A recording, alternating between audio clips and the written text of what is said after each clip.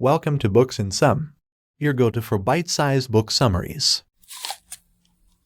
The Four Noble Truths of Love by Susan Piver. The most important details in this book are the Four Noble Truths, which were taught by the Buddha more than 2,500 years ago and formed the basis of the Buddhist philosophy. The Four Noble Truths of Buddhism are the foundation of Buddhist philosophy. The first noble truth is that life is suffering, which stems from the fact that everything in life is transient. The second noble truth states that the cause of suffering is attachment, and that it is possible to end suffering by accepting reality for what it is. The fourth noble truth says that there is a path for transcending suffering, known as the Noble Eightfold Path, which offers the various components of the Buddhist's moral life and leads to enlightenment.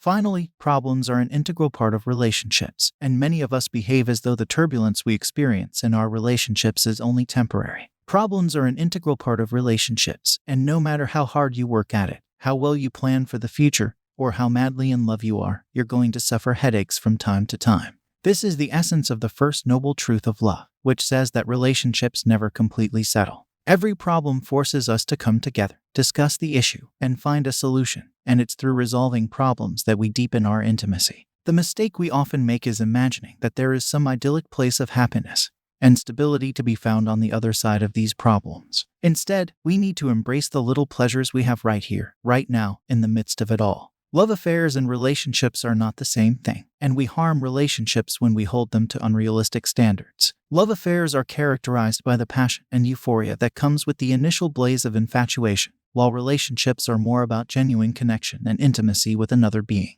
We have come to expect that love affairs will make for good relationships, and that relationships should remain love affairs, but this just doesn't happen. The second noble truth of love tells us that we make our relationships more unstable by expecting love to be stable, so we should be more measured with our expectations. When we soften the expectations we place on our relationships, we release a pressure valve and much of our worry and tension evaporates into the relationship. Attachment is the ultimate cause of dissatisfaction in relationships, and Buddhists have another word for this: expectations. It is the trap we fall into time and time again, getting attached to feelings like euphoria and excitement, experiences, especially the sexual kind, and stages in the cycle. There is also another form of attachment that wreaks havoc on relationships, which is our attachment to stories. We have a persistent need to look for the causes behind things, and our mental state is no exception. To be unattached is not to be emotionless and unloving. It simply means that when it's time to say goodbye to something, you don't resist. True love is embracing the instability of a relationship together, and the wrong way to respond to this ride is attachment.